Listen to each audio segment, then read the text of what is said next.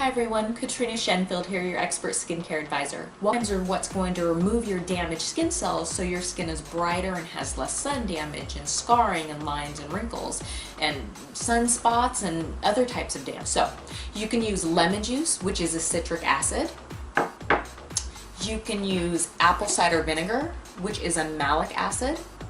You can use natural glycolic acids such as pineapple, papaya, white or brown sugar. Or you can use dairy, which is a lactic acid. So, how do you use these? Well, all of these can be diluted 50% with water, or you can use them full strength and leave them on your skin for 15 minutes and then wash them off.